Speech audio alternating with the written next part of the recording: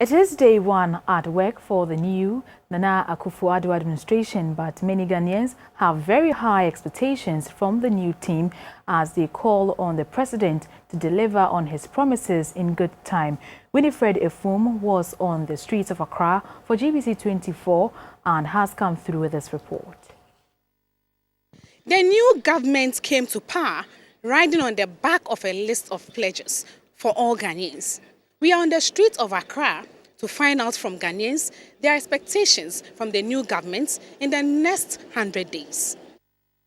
One village, one dam, one district, one factory, free education, reduction of taxes, $1 million to each constituency, and the Zongo Development Fund are some of the expectations of Ghanaians from this new administration.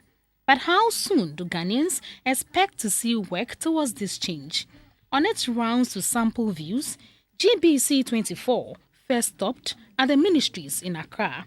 Staff were back at their desk after the Christmas and New Year's break. However, we were unable to speak to some communication officials at some of the ministries because they were either not at post or were in a meeting.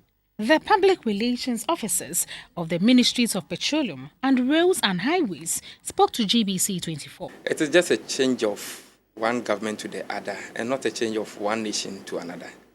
And so work still goes on. Everything is normal. We are eagerly awaiting who will be coming here as our new minister and the deputies. And then we move on from there. Basically, if you listen to the campaign messages of the present government that has just taken over power, not so much markedly different from what we're going to do. Because we are in charge of policy implementation. And so we've already taken note of all the various campaign messages that the current government put forward in terms of the road sector. And most often, if you are familiar with campaign issues and all that goes on, the sitting government and even all the other opposition parties, they try to tap into the expertise of the technocrats in formulating their policies and manifestos. And so you might know that definitely we have an insight into whatever they want to come up with. Well, I believe everyone should contribute, because Ghana comes first. So as Ghanaians, we should all help build a better Ghana. On the streets of Accra, there were mixed reactions, whilst others were eager to see proof of the promises made as soon as practicable. Others were of the view that the president needs some time to put his house in order first. We shouldn't expect too much from him from the beginning because, things are tough, the economy, there are a lot of challenges. So now that things are going to be stabilized, so let's say after a year or two, then I think after a year or two, all our expectations will start falling in place one by one.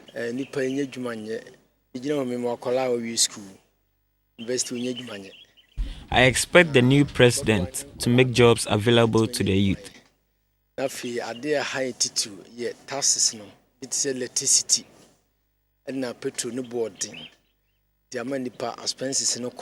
For me, as a young person, I expect nothing less than all the promises he made to us. And so I expect that there will be flow of jobs, there will be I expect to see a better governance. My expectation is simply to fulfill whatever promises he made. It couldn't be presently, but at the end of the term, we expect that at least we had what he promised us. I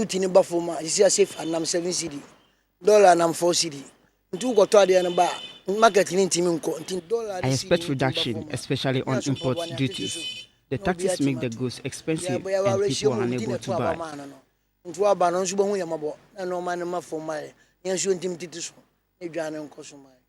The consensus, however, is for a performing government capable of achieving its task when all is said and done. Winifred Afum, GBC 24, Accra.